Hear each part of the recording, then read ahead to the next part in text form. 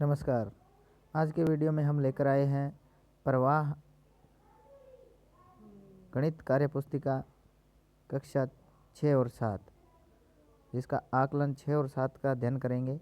Video शुरू करने पहले आप हमारे YouTube चैनल पर अगर नए हैं तो चैनल को सब्सक्राइब करें, वीडियो को लाइक करें और शेयर करें।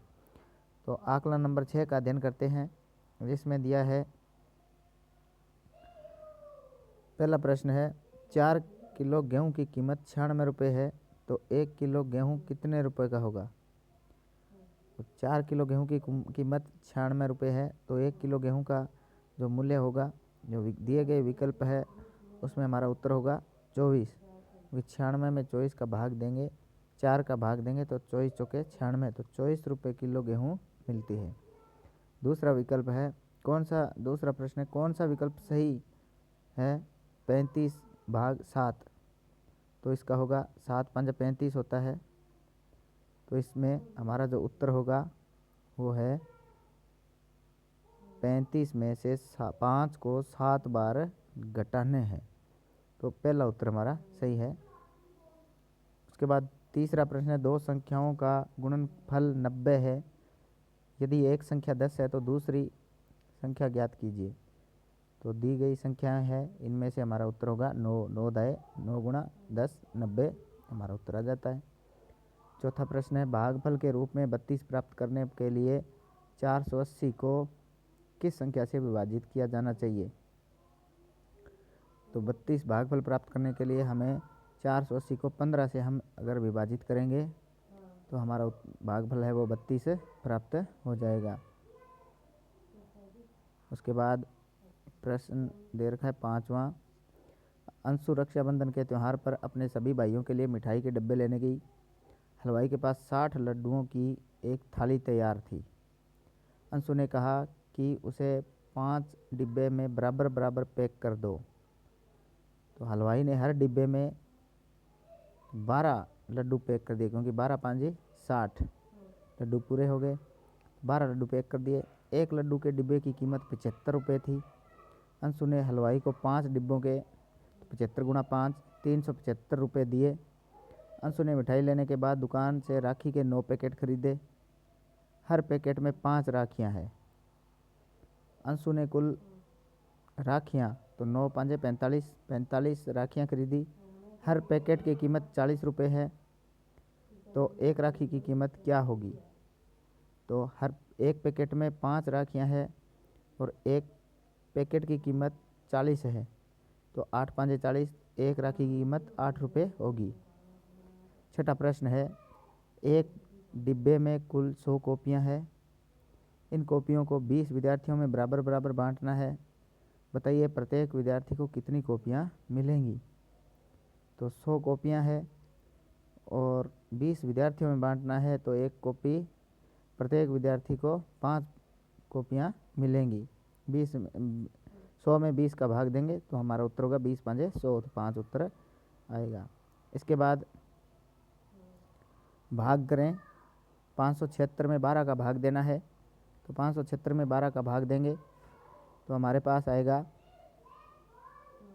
इसमें 48 भागफल आएगा, शेषफल यहाँ 0 बचेगा।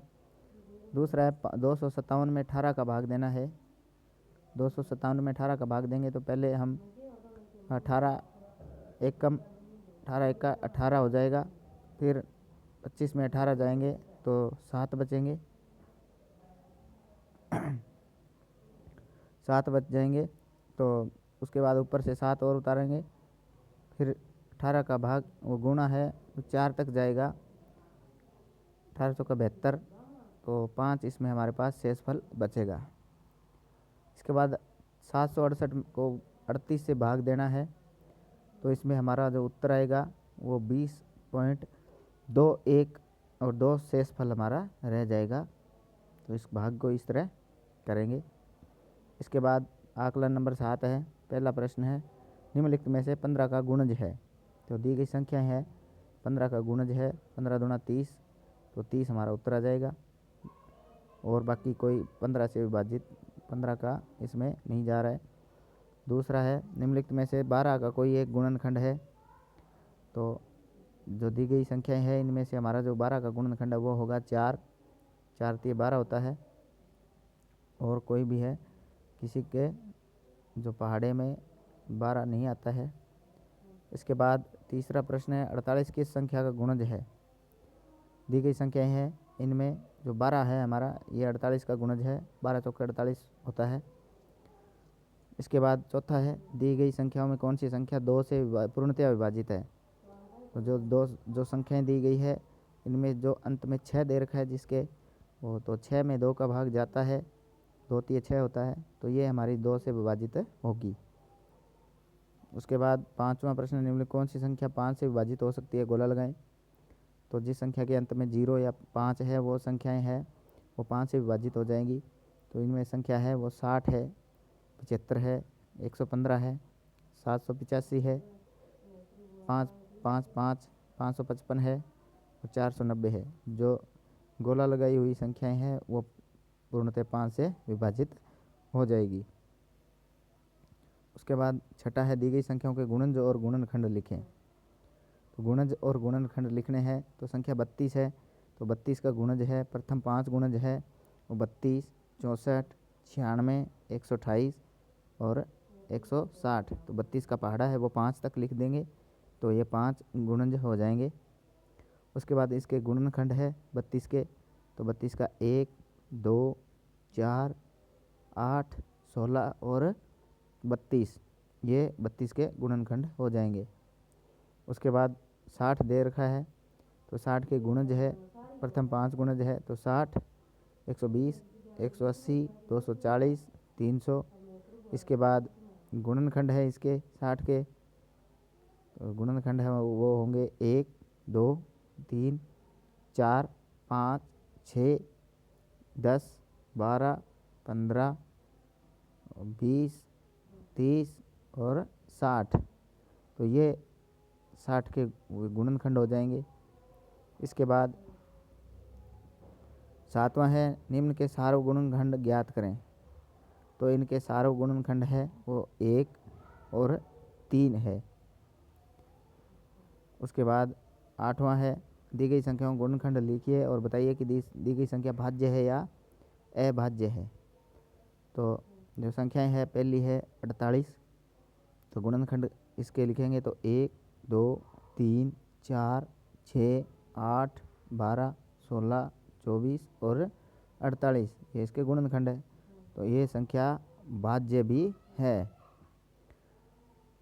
फिर इसके बाद 35 है, तो 35 का 1, 5, 7 और 35, तो ये भी संख्या भाज्य है।